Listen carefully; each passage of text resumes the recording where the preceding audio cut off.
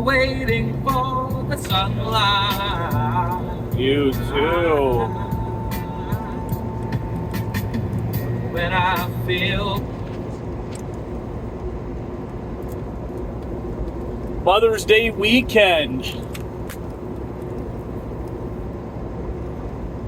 Oh, I guess Driver's Lounge needs a bit of a haircut. How's everybody doing this Sunday evening, early Monday morning, 1 a.m.? I'll tell you how I feel about driving at night. It's a mixed bag. Obviously, the upside is pretty light traffic, right? Depending on where you're at in the country, driving early morning is great. You know, the obvious downside of that is it goes against every fiber of our nature as human beings, and it goes against what they call circadian rhythm. So our natural internal clock, right? I used to pull a reefer trailer, so driving during the night was it was part of the job. If you can't drive at night, then you're never going to make it in the reefer game. It just doesn't happen. But I got accustomed to driving at night, pulling into the truck stops, you know, early day, early afternoon, no problem with parking, pick of the litter, so to speak. You know, find a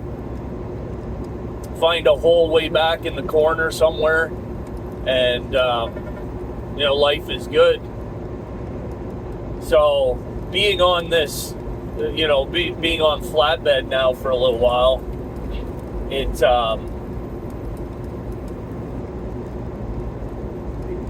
nice. I mean, it's nice driving at night. I'm headed into a very, heavily populated metropolitan area this morning. Hooked up to an open flat, 53-foot open flat.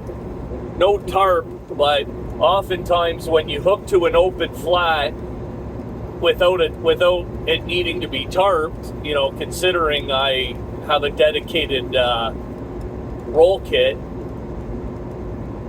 you know, ask yourself, well, why would you be pulling an open flat if it doesn't need to be tarped? If it's not over-dimensional and it doesn't need to be tarped, then why pull an open flat? Well, any flatbedder knows that 99 times out of 100, it's going to be because of the either where you're loading, it's going to be outside, and they're going to be using some piece of loading equipment that cannot maneuver around your kit, so they don't have a crane. Or on the other end, when you're going to unload, they're unloading outside, typically with some sort of front end loader, telehandler, or as they call them, zoom booms, or even just big lift trucks, big front end lift trucks, right?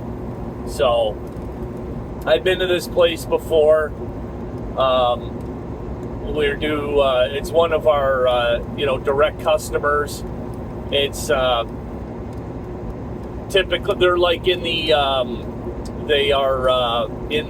pipe fitting, right? Pipe fitters union, and so anything that typically in new construction, anything that flows, whatever, gas, liquid, even conduit, that's all in the pipe fitter, or the what's another name for that? Pipe fitting, and I can't remember. But no big deal.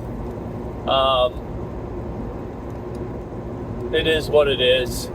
I know where it's going to be delivering to, which is to a new construction site. And last time I was there, it was a mud pit, which isn't great, but it's just part of the program, guys and gals, right? You want to sign up for flatbed work.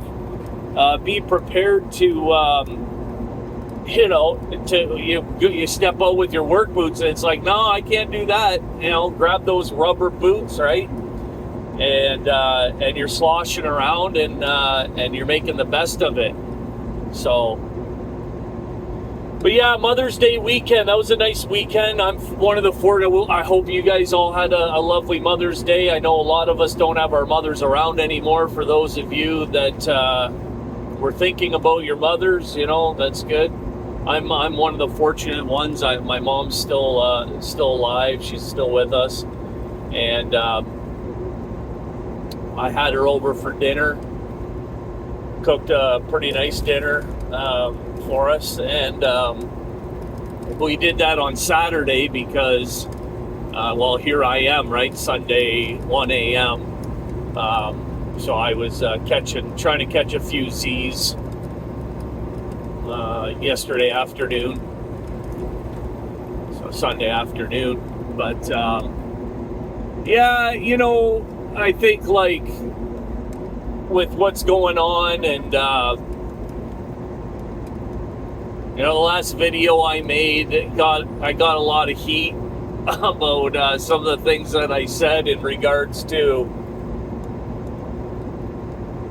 immigration and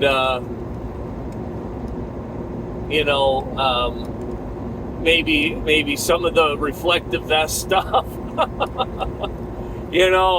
I catch a lot of heat on my channel for making videos while I'm driving, right? Now, I want to ask you guys something. I'd love to hear about it in the comments.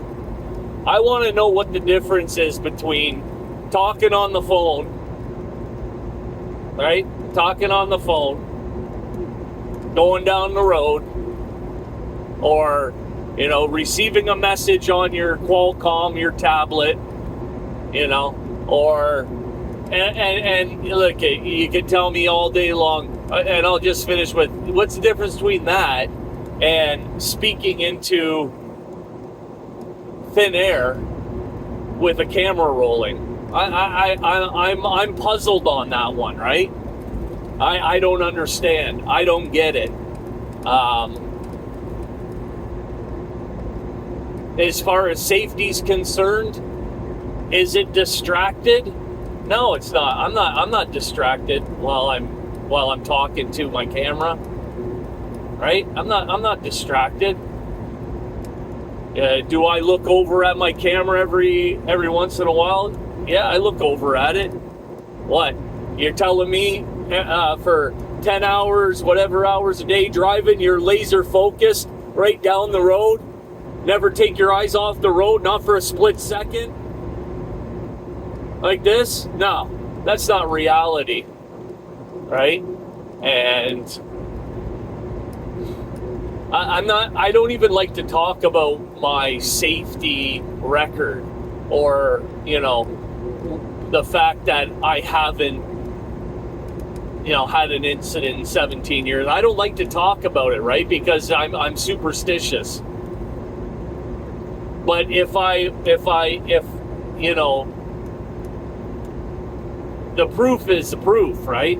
I don't need to prove myself to, anyone that's making these comments with regards to not wearing my seatbelt, or, talking into the camera, and how unsafe it is, and how dare you, Driver's Lounge. Meanwhile, 100% of you have a headset, welded to your fucking face, to the point where you can't even be bothered to take it off to go into the truck stop or anywhere else. You're in fucking Walmart with this fucking thing glued to your ear, But there's a big difference between having a conversation with somebody on a telephone, on your headset, on an earpiece, on your Bluetooth, all hours of every day going up and down the road. There's a big difference. Well, you know, I might not be the sharpest tool in the shed, but I fail to recognize the difference. Okay? So, I'm going to leave that at that. And for any of you, you know, one guy said to me, "Oh, you're making us all look bad." Am I? Am I really, though? I'm making you look bad? I think you make yourself look bad. How can I make you look bad? It's just ridiculous. But the hater's gonna hate, right? The hater's gonna hate. So I just wanted to come on and make a short little video in regards to you know, the beginning of the week and some of the challenges with, you know, driving at night, driving early morning, you know, going against our internal clock, so to speak. So now, not so bad driving at night, right? The trick for me is going from driving at night to having to try to sleep during the day. That's the most difficult part about driving at night. Now you gotta, and then they want to flip-flop you back onto a day shift, right? We all know how that goes. Now I want you to load at, you know, whatever, and you end up flip-flopping, and that's one of trucking's dirty little secrets, right?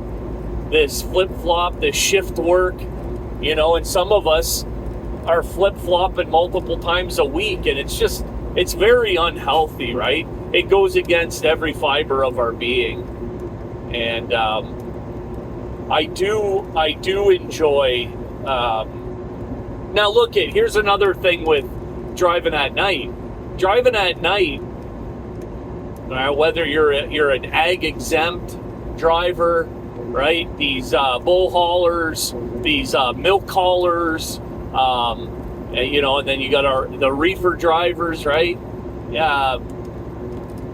You know, you guys know as well as I do, you're getting paid by the mile going down the road. A lot easier to make up miles at night, right? Beautiful. Getting in and out of places, beautiful. But here's the caveat, or here's the big difference for me, is getting paid by the hour. And I've said it before, right? Getting paid by the hour. If I'm stuck in traffic for 3 hours, 4 hours, whatever the case may be, which doesn't happen, you know, very rarely. It'll probably happen today now that I mentioned it. But it's like, okay, big deal. I'm not sweating it. It's like, it is what it is. I'm still getting paid the same, whether I'm driving 600-700 miles a day, or if I'm driving 100 miles a day. It has no, and I mean, how can you beat that, man? Right? How can you beat that? How can you? For me personally, going back to getting paid by the mile, I'd have to be right up there at like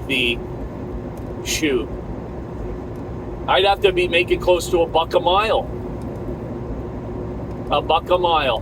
Now, obviously, no one's going to pay me $1 a mile, but I'd have to get somewhere in the 80-cent plus range, and then I'd have to get paid my picks and drops, getting paid the wait time, right? Getting paid, you know, if it's LTL, getting paid the piece work, you know. I mean, there's, to go back to being paid by the mile, it would have to be a substantial mileage rate.